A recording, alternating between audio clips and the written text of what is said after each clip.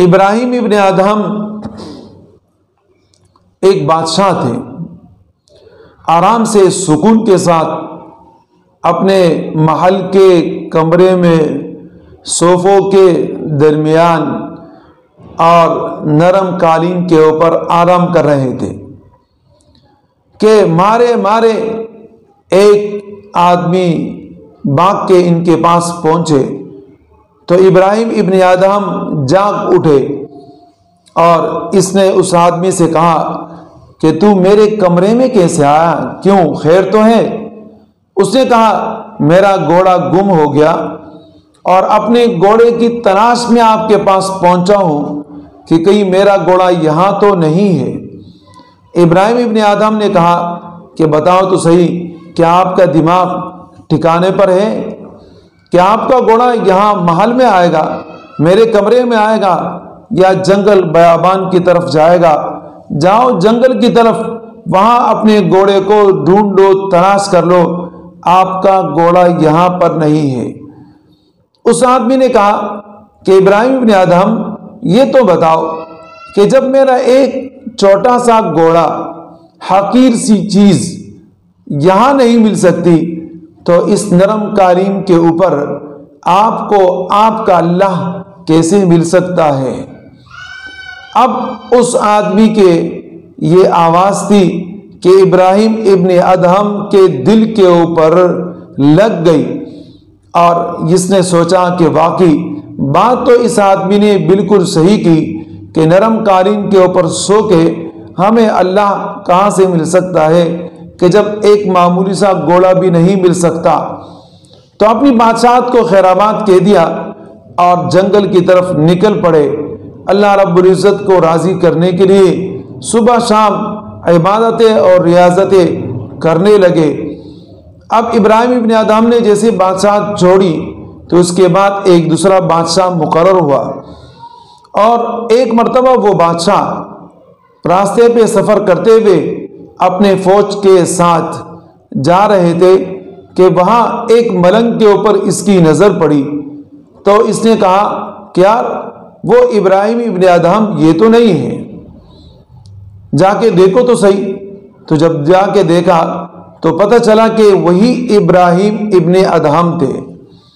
بادشاہ نے کہا ارے آپ نے اپنی بادشاہت چھوڑ دی، اپنے مزے چھوڑ دیے اور یہ فقیری آپ نے اختیار کر لی ہے، تو آپ اپنی بادشاہت کی طرف واپس آ جائیے۔ ابراہیم ابن ادہم نے کہا کہ میں نے بادشاہت نہیں چھوڑی، بلکہ بادشاہت تو میں نے اب اختیار کی ہے کہ میں نے اپنے اللہ کو اپنے آپ سے راضی کر دیا، یہ ہے بادشاہت۔ لوگ کہتے ہیں کہ بادشاہت اس کا نام ہے کہ لوگوں کے سروں کے اوپر حکمرانی کی جائے، یہ بادشاہت نہیں ہے۔ بادشاہت یہ ہے کہ آپ لوگوں کے دلوں کے اوپر حکمرانی کریں۔ ابراہیم ابن ادہم کے بدلے جو بادشاہ مقرر ہوئے تھے اور بادشاہت کر رہے تھے اس کا نام نشان نہیں، لیکن ابراہیم ابن ادہم نے بادشاہت کو جو لات ماری اور حقیقی بادشاہی اختیار کی، دل کی بادشاہی اختیار کی، آج تک اس کا نام زندہ اور تابندہ ہے۔ تو جو بادشاہت ہے وہ اللہ کے دین میں ہے، اللہ کی رضا میں ہے، اس کے خلاف کرنے میں بادشاہت نہیں بلکہ فقر ہے، محتاجی ہے۔ جو اللہ رب العزت کے ارشاد ہے الشیطان یعدکم الفقر ویأمرکم بالفحشاء واللہ یعدکم مغفرہ، اللہ رب العزت تمہیں مغفرت کی طرف بلاتے ہیں اور یہ شیطان آپ کو فقر کی طرف بلاتا ہے۔ تو بادشاہت دنیا کی جو ہے وہ آپ کے سامنے ہے کہ آج لوگوں کے اوپر حاکم ہے اور کل ذلیل اور رسوا ہو کے جیلوں کے صعوبتوں میں پڑے رہتے ہیں اور تکلیفیں اٹھاتے رہتے ہیں۔ ہر طرف سے لوگ ان کے اوپر لعنتیں برساتے ہیں، لیکن جو اللہ کے دین والا ہوتا ہے وہ ایسا کہ اس کے لیے ختم ہونا نہیں ہوتا۔ جیسے کہ آپ نے عبداللہ ابن مبارک پوری رحمہ اللہ کا واقعہ سنا ہوگا کہ عبداللہ ابن مبارک پوری رحمہ اللہ جو اللہ والے تھے بغداد کے شہر میں آئے، ان کو چینک آئی اور انہوں نے کہا الحمدللہ۔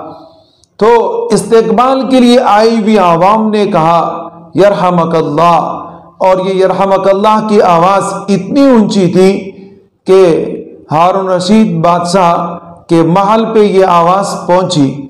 ہارون رشید بادشاہ اپنی بیگم زبیدہ کے ساتھ محل پہ بیٹھے ہوئے تھے، گھبرا گئے کہ یہ آواز اتنی زور سے کہاں سے آئی، اور آخر ایسا نہ ہو کہ کسی دشمن نے ہم پر حملہ کر دیا ہو اور ہم خواب غفلت میں سو رہے ہو۔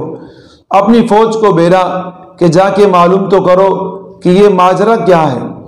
فوج گئی، فوج نے معلومات دیے کہ وہاں ایک اللہ والے عبداللہ ابن مبارک پوری رحمہ اللہ آئے، اور عبداللہ ابن مبارک پوری رحمہ اللہ کے استقبال کے لیے لاکھوں لوگ آئے اور ان کو چینک آئے، انہوں نے الحمدللہ کہا، جس کی جواب میں لوگوں نے یرحمک اللہ کہا، اور یرحمک اللہ کا وہ آواز ایسا اونچا تھا کہ آپ تک پہنچ اور آپ گھبرا گئے۔ تو ساتھ میں بیٹھی ہوئی ہارون رشید کی بیوی ہارون رشید کی طرف دیکھ کر بولنے لگی کہ ہارون رشید، آپ بھی کہتے ہو کہ ہم حاکم ہیں، آپ بھی کہتے ہو کہ ہم بادشاہ ہیں، اصل بادشاہ تو یہ ہے جو لوگوں کے دلوں کے اوپر حکمرانی کرتے ہیں۔ تو جو نیک لوگ ہوتے ہیں وہ لوگوں کے دلوں پر حکمرانی کرتے ہیں، اور یہ ہوتی ہے اصل بادشاہت۔ ابراہیم ابن ادہم نے وہ اصل بادشاہت اختیار کر لی، اور جو ختم ہونے والی بادشاہت تھی اس کو ٹوکر لگا کے چھوڑ دی۔